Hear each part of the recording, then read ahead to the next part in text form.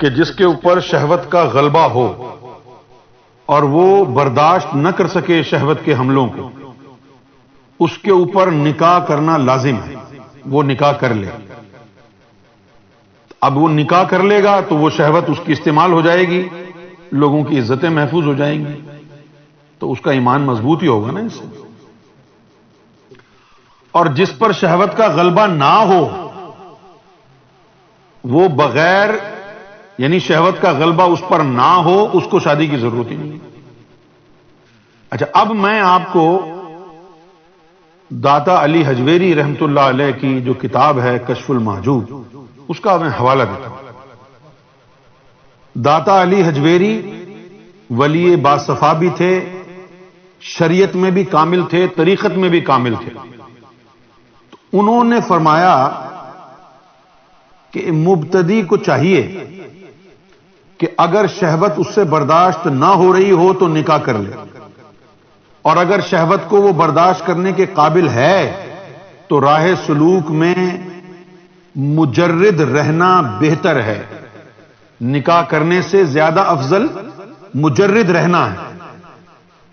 مجرد ہونا کیا ہوتا ہے؟ سیلیبٹ۔ ایک تو وہ لوگ ہوتے ہیں نا جو قسم کھا لیں کہ جی میں نے زندگی بھر شادی نہیں کرنی، تو ان کو تو کہتے ہیں ہم کنفرمڈ سیلیبٹ۔ سیلیبسی ہے نا، یہی کہتے ہیں نا۔ تو جو شہوت پر قابو کر لے اس کے لیے مجرد رہنا بہتر ہے، کیونکہ شادی کے بعد انسان کے غافل ہونے کے امکانات زیادہ ہیں۔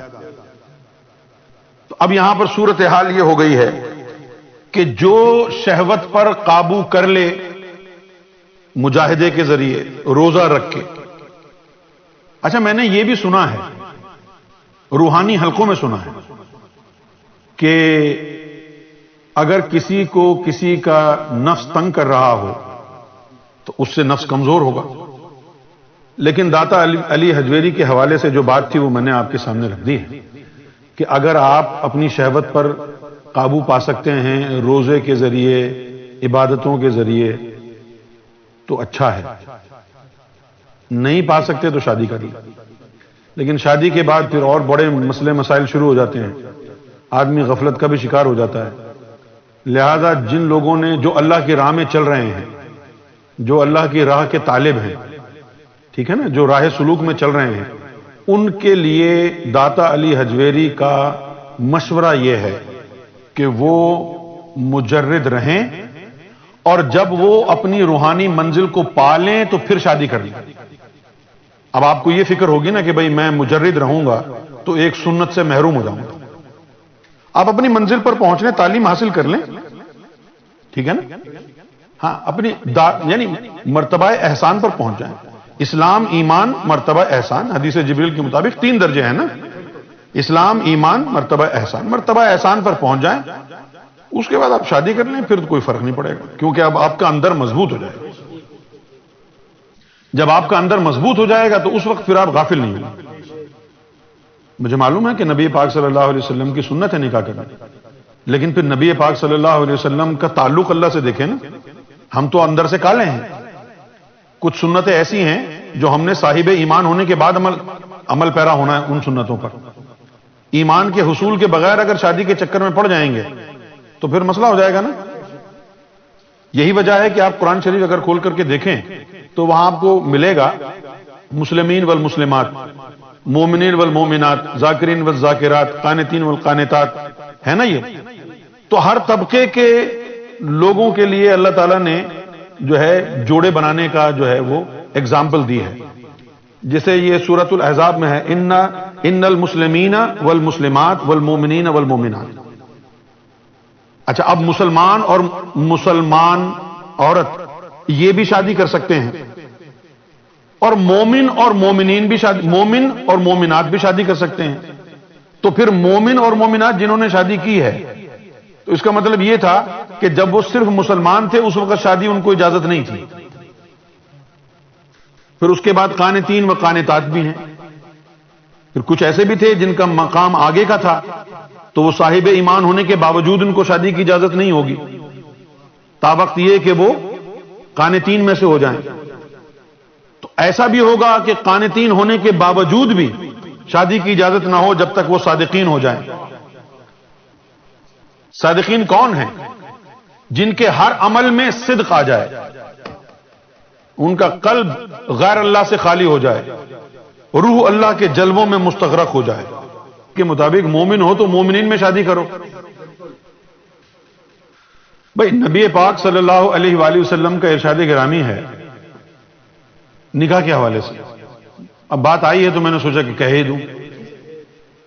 نکاح کے حوالے سے، شادی کے حوالے سے نبی پاک صلی اللہ علیہ وسلم کا فرمان ذیشان ہے کہ لوگ جو شادی کرتے ہیں، نکاح کرتے ہیں کسی عورت سے، یا تو وہ اس لیے کرتے ہیں اس سے کہ وہ بڑی خوبصورت ہے، یا پھر اس لیے کرتے ہیں کہ وہ اونچے خاندان کی ہے، یا پھر اس لیے کرتے ہیں کہ وہ مالدار ہے. یہی وجوہات ہوتی ہیں نا بھائی زیادہ تر. یا تو حسب نسب دیکھتے ہیں آپ کہ کس خاندان کی ہے. یہ ہے نا ریتی رواج ہمارے لوگوں میں کہ وجہ اس کا خاندان تو دیکھو. آج کل تو لوگ کتے بھی خاندانی ڈھونڈتے ہیں. ہاں کتے بھی خاندانی ڈھونڈتے ہیں. وہ بریڈ دیکھنا ہے وہی خاندانی کھلا ہے نا. کتے ڈھونڈتے ہیں تو بھی خاندانی کتے ڈھونڈتے ہیں. تو آقا علیہ الصلوۃ والسلام نے فرمایا کہ جب میری امت کو، اپنی امت کو کہا کہ جب میری امت کے لوگ، جب مسلمان کسی سے شادی کریں تو یہ نہ دیکھیں کہ یہ خوبصورت ہے یا نہیں ہے، حسب نسب نہ دیکھیں اس کا، یہ نہ دیکھیں کہ اس کے پاس پیسہ ہے یا نہیں ہے، بلکہ یہ دیکھیں کہ وہ دیندار ہے یا نہیں ہے.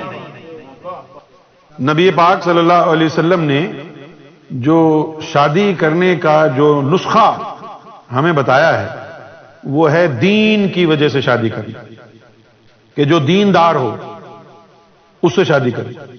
حدیث میں ایک لفظ اور بھی آیا ہے لیکن وہ میری ابھی تک سمجھ میں نہیں آیا کہ وہ اس پر عمل کیسے ہو. حدیث میں یہ بھی آیا ہے کہ دیندار ہو اور زیادہ بچے جننے والی ہو. اب ہمیں کیسے پتا چلے گا کہ یہ عورت جو ہے زیادہ بچے جنے گی یا نہیں؟ اس کا ابھی تک مجھے جو ہے، میں مخمسے کا شکار ہوں کہ یہ معلوم کیسے ہوگا کہ بھئی اب لکھا تھوڑی ہوتا ہے کسی کے ماتھے پر کہ میں اس کے کم بچے ہوں گے، اس کے زیادہ ہوں گے. اس کا جواب جو ہے میں مولانا صاحب سے کسی سے ملاقات ہوئی تو ان سے پوچھوں گا. اب یہ کشف المحجوب میں ہے کہ نکاح کے بارے میں آپ صلی اللہ علیہ وآلہ وسلم نے فرمایا جو مخلوق میں رہنا چاہے اس کے لیے نکاح کرنا شرط ہے، اور بغیر نکاح کے اس کے زنا میں مبتلا ہو جانے کا اندیشہ ہو تو اس کے لیے نکاح فرض ہے. لیکن جو مخلوق سے الگ تھلگ رہتا ہو اس کے لیے مجرد رہنا اچھا ہے، تاکہ اس کی وجہ سے کوئی نیک وقت پریشان نہ ہو اور وہ بھی یکسوئی کے ساتھ اللہ اللہ کر سکے. یہ انہوں نے کہا ہے.